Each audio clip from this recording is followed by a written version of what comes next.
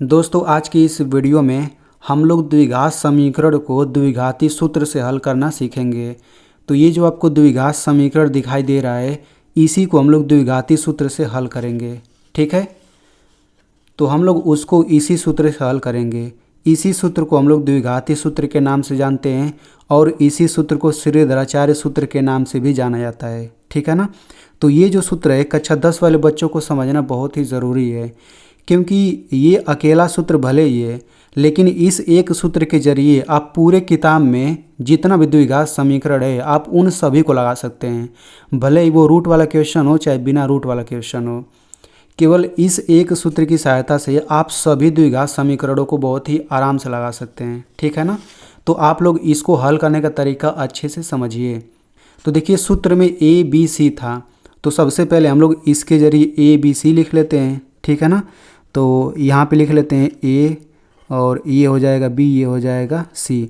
तो A B C है क्या, तो देखिए ये ए है, ये बी है, ये सी है। अब मैं यहाँ पे आपको बताता हूँ और आसान तरीके से। तो देखिए इसमें अंग्रेजी का अक्षर यहाँ पर एक्स है और यहाँ पर एक्स है, तो एक्स पर 2 घात है ना, तो इसके पहले जो यहाँ पे संख्या रहता है वही ए होता है। तो ए बराबर यहाँ पे हम 4 लिख लेंगे।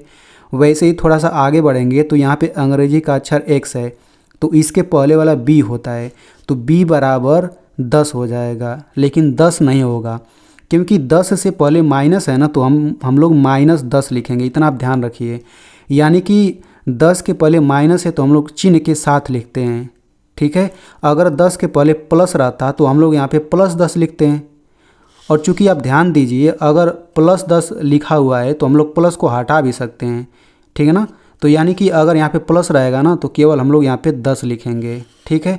वैसे ही सी बराबर क्या हो जाएगा, ये जो अंतिम है ये सी हो जाएगा, तो 6 नहीं लिखेंगे, -6 लिखेंगे। सी बराबर -6। ठीक है। अब हम क्या करेंगे, इसमें से देखिए ये माइनस वाला है ना, तो हम लोग इसको कोष्टक में कर लेंगे ऐसे करके। देखिए ये भी माइनस में है तो इसको भी कोष्टक में कर लेंगे। देखिए ये माइनस में नहीं है, इसके पहले प्लस है, कुछ नहीं है तो इसको कोष्टक में नहीं करेंगे। ऐसे कोष्टक में लिखने से आगे सवाल लगाने में आसानी हो जाएगा। ठीक है। तो ए बी सी हमने लिख लिया। अब हम क्या करेंगे, यहाँ पे अब सूत्र लिख लेते हैं, श्रीधराचार्य वाला सूत्र। तो सूत्र क्या है, यहाँ पे सूत्र लिख लेते हैं x बराबर ये हो जाएगा -b और प्लस माइनस ये रूट के अंदर। अच्छा यहाँ पे मैं आपको एक और चीज़ बता दूँ, देखिए ये जो सूत्र है इसमें b पर 2 घात है ना, तो इसका मतलब क्या है, तो देखिए b पर 2 घात का मतलब होता है ना b गुणा b। चूँकि 2 घात है ना तो हम b का 2 बार गुणा करेंगे, यानी कि b गुणा b, इसी को जो है b² लिखा जाता है। अगर b पर 3 घात रहता तो इसका मतलब होता है b गुणा b 3 बार, यानी कि इसी को लिखने का तरीका ये है। तो वैसे ही यहाँ पर सूत्र में b पर 2 घात है तो हम लोग ऐसे लिख लेंगे, इसको क्या लिख लेंगे, b गुणा b लिख लेंगे ऐसे करके। फिर आगे हो जाएगा -4ac हो जाएगा, फिर पूरे का बटा 2a हो जाएगा। ठीक है ना। मैंने ऐसे इसलिए लिखा क्योंकि आपको सवाल समझने में आसानी होगा। अब चलिए सभी का मान रख लेते हैं। तो देखिए इस सूत्र में जहाँ पर a दिखाई दे वहाँ पे हम 4 रखेंगे, जहाँ पे b दिखाई दे वहाँ पे ये रख लेंगे, c दिखाई देने पर ये रख लेंगे। चलिए हम लोग रखते हैं। तो ये हो जाएगा x बराबर, यहाँ पर देखिए यहाँ पे ये माइनस है, यहाँ पे देखिए केवल b है तो केवल b के जगह पे यहाँ पे रख दीजिए। तो ये माइनस है तो माइनस हो जाएगा और केवल b के जगह पे ये रख देंगे कोष्टक सहित, तो ये हो जाएगा -10। फिर आगे प्लस माइनस हो जाएगा, ये रूट लगाइए बड़ा सा। अब यहाँ पर देखिए b गुणा b, तो इस b के जगह क्या रखेंगे, यही रखेंगे, तो ये हो जाएगा -10। फिर कोष्टक लगाइए, फिर गुणा अगले b के जगह भी वही रखेंगे -10, तो ये भी हो जाएगा -10। ठीक है। अब आगे माइनस है तो हम लोग यहाँ पे माइनस लगा लेते हैं, ये रूट बढ़ा लेते हैं थोड़ा सा। अब देखिए 4 है तो 4 लिख लेते हैं। फिर अब देखिए यहाँ पे 4 और a, इनके बीच में ना तो प्लस लिखा है, ना माइनस, ना गुणा, ना भाग। तो अगर 2 चीज़ों के बीच में कुछ ना लिखा रहे तो यहाँ पे गुणा माना जाता है, गुणा छुपा होता है। ठीक है। तो यानी कि यहाँ पे हम लोग 4 के बाद गुणा लिख लेंगे और यहाँ पे a बराबर क्या है भाई, 4 है यहाँ पे, तो हम लोग यहाँ पे 4 लिख लेते हैं। फिर गुणा लगा दीजिए। फिर c की जगह क्या रखेंगे, ये रखेंगे -6 कोष्टक में, तो ये हो जाएगा -6। अब यहाँ पे बड़ा सा बटा लगा देते हैं, 2a, बीच में कुछ नहीं तो गुणा हो जाएगा, तो ये हो जाएगा 2 गुणा a क्या है 4, तो हम लोग यहाँ पे 4 लिख लेते हैं। तो चलिए अब हम इसी को हल करेंगे तो हमारा आंसर आ जाएगा। ठीक है। तो इसको हल करने के लिए ना मैं आपको यहाँ पे छोटा सा एक चीज़ बता देता हूँ। देखिए, माइनस और माइनस का गुणा करने पर प्लस आता है, ठीक है। इसको आप लोग याद रखे रहिए कि माइनस माइनस का गुणा करने पर प्लस आता है। तो चलिए हम लोग यहाँ से सबसे पहले हल करते हैं। तो ये हो जाएगा x बराबर, यहाँ पर देखिए माइनस और माइनस का गुणा करेंगे तो प्लस 10 हो जाएगा। तो प्लस नहीं लिखते हैं हम लोग, प्लस को हटा दीजिए, कोई मतलब नहीं। अब यहाँ पे ये हो जाएगा प्लस माइनस, अब बड़ा सा रूट लगाइए। अब यहाँ पे ध्यान दीजिए, सूत्र में यहाँ बीच में माइनस था और इधर 2 चीज़ का गुणा है, इधर 3 चीज़ों का गुणा है।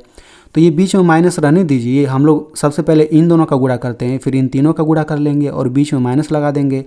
तो हम लोग इन दोनों का गुणा करेंगे तो क्या आएगा, तो देखिए अगर दोनों संख्या माइनस में रहे ना तो गुणा करने पर प्लस आता है। तो 10 और 10 का गुणा करके ये 100 हो जाएगा, और चूंकि दोनों माइनस है तो प्लस ही रहेगा। वैसे भी मैं दूसरे तरह से समझा देता हूँ। देखिए, अगर इन दोनों का गुणा करेंगे ना तो सबसे पहले चिन्हों का गुणा करेंगे, तो माइनस और माइनस का गुणा करके प्लस आ जाएगा, और 10 10 का गुणा करके 100। तो प्लस लिखे या ना लिखें, बात एक ही चीज़ है। अब देखिए आगे माइनस है ना, तो हम माइनस लिख लेते हैं। अब यहाँ पे हम माइनस को थोड़ा सा ढक लेते हैं, ये माइनस ढक लेते हैं हम लोग। यहाँ पे देखिए 3 संख्याओं का गुणा है, 4 4 और -6।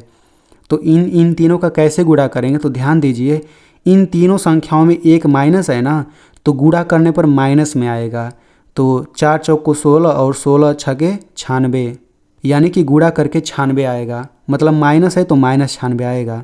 तो सिंपल बात हम समझिए, अगर इन तीनों संख्याओं में कोई एक अगर माइनस में है ना तो गुणा करके माइनस में आएगा, ठीक है। तो देखिए इन दोनों का गुणा करके अगर हम गुणा करेंगे तो -96 आ जाएगा, और चूंकि माइनस पहले से ही है यहाँ पे, यानी कि -96 यहाँ पे आ जाएगा। अब देखिए माइनस माइनस 2 बार नहीं दिख गया आपको, तो जब माइनस माइनस 2 बार आता है ना तो गुणा कर लिया जाता है, तो माइनस माइनस गुणा करके प्लस हो जाएगा, ठीक है। तो ये आपको डायरेक्ट लिख लेना है।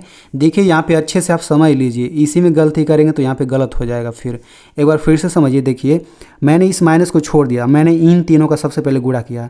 तो 4 4 -6 का गुणा करेंगे तो -96 आ जाएगा, और माइनस पहले से है तो माइनस माइनस गुणा होकर फिर प्लस हो जाएगा ये, ठीक है। अब ये हो जाएगा, पूरा बड़ा सा बटा लगा देते हैं और नीचे गुणा करेंगे, 2 चौक 8 हो जाएगा। चलिए अब हम आगे हल करते हैं। तो x बराबर हो जाएगा, ये हो जाएगा 10, फिर प्लस माइनस। अब ये रूट के अंदर 2 संख्याओं का जोड़ है तो जोड़ लेते हैं। रूट के अंदर ये हो जाएगा 100 में 96 जोड़ेंगे तो ये हो जाएगा 196, और पूरे का बटा ये हो जाएगा 8। तो देखिए जब भी आप श्रीधराचार्य सूत्र से ऐसे सवाल लगाएंगे तो यहाँ पे रूट में एक संख्या ज़रूर आएगा। मतलब आगे हल करते करते रूट के अंदर यहाँ पे कोई ना कोई संख्या ज़रूर आएगा, ठीक है। तो इसके बाद आप लोग आराम से समझिए। तो देखिए ये जो रूट लगा हुआ है ना, इस रूट का मतलब होता है वर्गमूल, यानी कि इस रूट को हम लोग वर्गमूल पढ़ते हैं। तो जैसे मान लीजिए यहाँ पे लिखा है रूट में 196 ना, तो इसका मतलब हो गया 196 का वर्गमूल, ठीक है। ये वर्गमूल का चिन्ह है। तो हम लोग रूट के अंदर जो संख्या है ना उसका हमें वर्गमूल निकालना है। तो इसके अंदर वाली संख्या का हम लोग अभाज्य गुणनखंड कर देंगे। अभाज्य गुणनखंड करके ही इसका वर्गमूल निकलेगा। तो हम लोग ऐसे करके ऐसे कर लेते हैं। अब ये 2 से कटेगा तो 2 से काट लेते हैं। 2 से काटिए, 2 9 18, 18 1 19 होता है, तो ये 16 बन जाएगा। तो 2 8 16, फिर 2 से कटेगा तो 2 चौक 8 हो गया, 8 1 9 होता है, ये 18 हो गया, तो 2 9 18। अब ये 2 से नहीं कटेगा, 3 से भी नहीं कटेगा, 5 से भी नहीं कटेगा, 7 से कट जाएगा। तो 7 7 49, फिर हो जाएगा 7 एकम 7। तो चूंकि हमको 196 का वर्गमूल निकालना है ना, तो वर्गमूल में हम लोग 2 2 का जोड़ा बनाते हैं। तो देखिए 2 और 2 2 बार है तो ये हम जोड़ा बना लिए, 7 और 7 2 बार है तो हमने ये जोड़ा बना लिया, ठीक है। अब हम क्या करेंगे, इन दोनों में से केवल 1 2 हम लोग निकाल लेंगे, इन दोनों साथ में से केवल एक साथ निकाल लेंगे। अब हम इन दोनों का गुणा करेंगे, 2 7 14, यानी कि इसका वर्गमूल 14 ही है, ठीक है। समझ में आ गया ना। तो ऐसे ही हम लोग निकालेंगे। तो यहाँ पे ये हो जाएगा x बराबर 10 और प्लस माइनस, चूँकि 196 का ये वर्गमूल पढ़ेंगे तो 196 का वर्गमूल क्या आ गया, 7 दूना 14, तो ये 14 हो जाएगा बटा 8 हो जाएगा, यानी रूट हट जाएगा। यानी कि जब भी रूट में कोई संख्या आए तो आप लोग ऐसे ही कर लेंगे और वर्गमूल निकाल के यहाँ पे लिख लेंगे। अगर आप वर्गमूल और अच्छे से समझना चाहते हैं तो यहाँ पे एक वीडियो आ रहा होगा, आप लोग उसको देख के समझ सकते हैं, ठीक है। तो देखिए यहाँ तक हल करने के बाद अगर आपने यहाँ तक हल कर लिया है तो इसके बाद बहुत ही आसान है। इसके बाद हम कैसे हल करेंगे, तो देखिए सबसे पहले हम लोग इसी को हल कर लेते हैं, मतलब इसी को उतार लेते हैं। ये हो जाएगा प्लस माइनस, ये हो जाएगा 14 बटा 8, ठीक है। तो देखिए इसके बाद हम लोग कैसे हल करेंगे, चूँकि यहाँ के बाद अब x का 2 आंसर आता है तो यहाँ से x बराबर यहाँ पे लिख लेते हैं, यहाँ पे x बराबर दूसरा लिख लेते हैं। सबसे पहले यहाँ पे x बराबर पूरा का पूरा वैसे ही लिखिए 10 + 14 बटे 8, पूरा का पूरा वैसे ही लिखिए, बस यहाँ पे प्लस केवल एक ही चिन्ह रहने दीजिए, ठीक है। यहाँ पर भी पूरा का पूरा वैसे ही लिखिए, तो ये हो जाएगा 10 - 14 बटा 8। मैंने पूरा का पूरा यहाँ वही लिखा, लेकिन बीच में प्लस केवल लिया और यहाँ पर बीच में माइनस था तो हमने माइनस ले लिया, ठीक है ना। मतलब दोनों चिन्ह को अलग अलग कर लिया, क्योंकि यहाँ पे 2 ही आंसर आता है हर सवाल में। अब इसको हल करेंगे तो एक आंसर आ जाएगा, यहाँ से हल करने पर दूसरा आएगा। तो चलिए इसको हल करते हैं। तो ये हो जाएगा x बराबर 10 और 14 को जोड़ेंगे तो ये हो जाएगा 24 और बटा नीचे 8 हो जाएगा, ठीक है। अब देखिए ये भिन्न है तो हम लोग इसको काट सकते हैं, तो एक ही संख्या से दोनों कटेगा तो काट सकते हैं। तो देखिए 8 के पहाड़ा में दोनों आ जाता है, यानी 8 से कटेगा। तो देखिए 8 × 8, 8 × 3 = 24। तो यहाँ से x बराबर क्या आ गया, x बराबर आ गया 3/1। अब देखिए बटा के नीचे 1 को हम लोग हटा देते हैं, कोई मतलब नहीं उसका, तो ये हो जाएगा 3। तो यहाँ से एक आंसर आ गया x बराबर 3। इसी तरह से चलिए हम लोग इसको हल करते हैं। तो ये हो जाएगा x बराबर 10 में से 14 घटाना है, छोटी में से बड़ी संख्या घटाना है ना, तो माइनस में यहाँ पे आएगा। तो 10 में से 14 घटाना है तो हम लोग 14 में से 10 घटाएंगे, हमने 4 लिख लेंगे और इसके आगे माइनस लगा देंगे, और बटा नीचे 8 है तो 8 लिख लेंगे। इसको फिर काट लीजिए। तो देखिए 4 × 1 = 4 और 4 × 2 = 8। तो यहाँ से x बराबर हो जाएगा, माइनस है तो माइनस लिख लीजिए, ऊपर 1 लिख लीजिए बटा 2।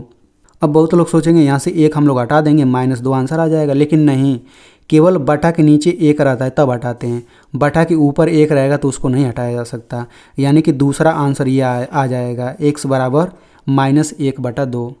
तो देखिए मेरी मेहनत के लिए आपसे रिक्वेस्ट करूंगा कि आप लोग इस वीडियो को एक लाइक कर दीजिए, और अगर आपको समझ आ गया है तो इसे अपने दोस्त के पास भी भेज दीजिए।